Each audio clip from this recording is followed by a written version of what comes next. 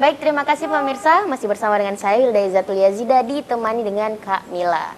Nah, Kak Mila, lebih enak lagi nih ngobrol kalau mungkin Kak Mila bisa lepas dulu maskernya gitu ya. Biar pemirsa di rumah tahu nih, siapa tahu pemirsa di rumah ketemu Kak Mila nggak sengaja ditunggu, ih itu kan Kak Mila yang kemarin masuk TV gitu. Iya, tidak apa-apa juga ya, Iya. karena ruangnya di sini lumayan nyaman, lumayan Betul, adem, sejuk. Ya, enggak apa-apa kita Ya, nggak lepas apa-apa. ya. Oke. Saya lepas, Wilda lepas juga lah. Oke deh, kalau gitu diajak dilepas, jadi dilepas juga. Supaya adil ya. Iya. Wah, ternyata cantik. Nah, oke, di segmen ini pemirsa kita mau membahas mengenai awal mulai karir sebagai broadcaster dan kenapa memilih profesi ini. Dari Kak Mila, gimana tuh ceritanya awalnya? Iya, sebenarnya saya di awal adalah bukan sebagai broadcaster ya. Saya awalnya itu memilih profesi justru adalah seorang jurnalis cetak. Oh, Itu di tahun 99.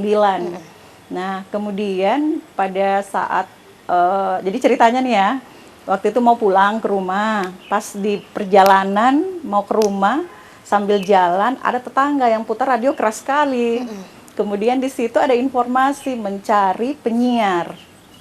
Bayangan saya penyiar itu mungkin tidak jauh beda dengan profesi saya sebagai jurnalis, cari berita di lapangan dan lain sebagainya ya waktu itu. Dan saya coba-coba untuk kemudian melamar di salah satu stasiun radio yang ada juga di Makassar waktu itu. Wah, alhamdulillah dari ratusan ya, karena waktu itu saya datang cukup banyak yang memenuhi sampai ke halaman stasiun radio itu. Alhamdulillah saya dipilih begitu dari sekian banyak, ada sekitar berapa ya, 7 orang kalau tidak salah yang terpilih untuk mengikuti seleksi selanjutnya. Iya, seperti itu. Dan awal untuk menjadi penyiar sebenarnya saya tidak pernah terpikirkan gitu ya. Karena jujur untuk menjadi penyiar radio khususnya ya, seperti sekarang ini, saya pikir hanya orang-orang yang hebat-hebat begitu. benar. Saya sebenarnya tipikal pemalu ya, dan kemudian ketika masuk di dunia seperti itu, kadang kala saya diyakinkan justru orang pemalu ini bagus di posisi pekerjaan seperti ini, profesi seperti ini. Kenapa? Ya kamu kan tidak dilihat orang. Bener. Tapi jangan salah, justru suaramu itu bisa memberikan kesan kepada orang lain begitu.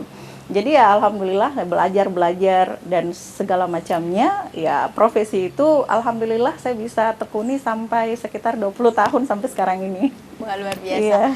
Tadi kakak tadi sempat Kamila bilang jurnalis Cetak. Cetak itu di mana awalnya, juga di mana?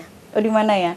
Jadi waktu itu saya sempat gabung di salah satu tahun 99 masih tabloid ya, ada namanya tabloid Metro. Salah satu teman saya sampai sekarang itu masih aktif. Kemudian teman saya yang satu sudah berprofesi sebagai ASN, tapi di salah satu provinsi di luar kota, di luar Sulawesi Selatan. Dan waktu itu banyak hal yang sebenarnya saya dapat menjadi seorang jurnalis cetak, karena apa yang saya dapatkan di menjadi jurnalis waktu itu ternyata ilmunya banyak saya bisa terapkan ketika saya menjadi penyiar radio atau broadcaster sekarang ini. Jangan salah, menjadi penyiar radio itu kan tidak harus kita di depan mic, depan mixer, di dalam bilik siaran, tidak harus. Kita kadang-kala juga kan harus keluar ke narasumber seperti Wilda ini, mewawancarai orang dan segala macamnya. Itu juga kan harus kita lakukan. Dan ilmu-ilmu jurnalistik 5W1H gitu kan. Itu juga alhamdulillah bisa menjadi bekal saya untuk saat sekarang ini. Kakak di jurnalis cetak itu berapa lama? Jurnalis cetak sebenarnya tidak terlalu lama, saya tuh sekitar satu tahun lebih lah. Setahunan lebih. Iya, untuk kemudian saya lebih nyaman malah menjadi broadcaster sekarang ini. Wah, apa sih Kak hal-hal yang paling menarik dan yang disukai selama kakak memilih jadi profesi yang sekarang ini? Hal disukai banyak. Yang pertama bisa ketemu banyak orang seperti Wilda kan, ketemu saya.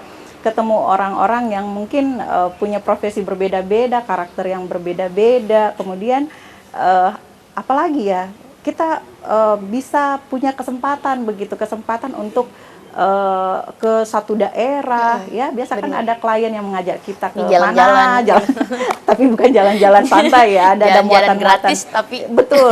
Kemudian juga kita bisa menikmati fasilitas-fasilitas yang hanya orang tertentu. Kita kan biasa media diajak ya Iya. untuk bisa menikmati satu hal, wahana dan segala macamnya.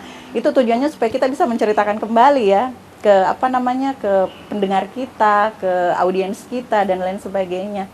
Sebenarnya banyak sukanya, termasuk juga saya ketemu suami sekarang. Itu dari profesi ini begitu. Kak, ada nggak cerita yang paling menarik yang berkesan gitu dalam kehidupan kakak selama menjadi ini? Broadcaster. Iya. Banyak. Banyak ya. Kalau mau dipilah-pilah sebenarnya kita ngobrol 3 hari 3 malam Nggak ada habisnya ini. Betul. Sebenarnya banyak tantangan di dunia ini. Yang pertama adalah bagaimana bisa mempengaruhi masyarakat ya, khususnya untuk pendengar, untuk kemudian bisa mengerti apa yang kemudian kita sampaikan. Mempengaruhi masyarakat bukan berarti menggurui. Iya, betul. Tapi ternyata di luaran kan masih banyak orang yang kadang-kala tidak terima apa dan segala macam. Kemudian hal yang menarik juga di bidang ini, saya bisa ditantang untuk bangun lebih cepat. Bayangkan kalau misalnya saya punya jam siaran jam 6 misalnya, kan kita sudah harus ada di studio lebih pagi dari itu kan. Sebelum semua peralatannya siap dan segala macamnya. Jadi kadangkala kita di jalan itu berjibaku dengan para pedagang sayur lah. Itu yang sering saya temui ya. Apalagi dalam kondisi cuaca yang kadangkala tidak menentu, hujan deras, kadangkala kan orang di rumah maunya santai, tetap tarik selimut ya. Kita ya mau tidak mau harus ada ke studio seperti dengan kondisi cuaca yang ekstrim misalnya. Baik, kita tahan lagi nih Kak ya. Baik pemirsa, kita akan lanjutkan lagi keseruan bincang-bincang bersama dengan Kak Mila setelah jeda berikut, jadi jangan kemana-mana.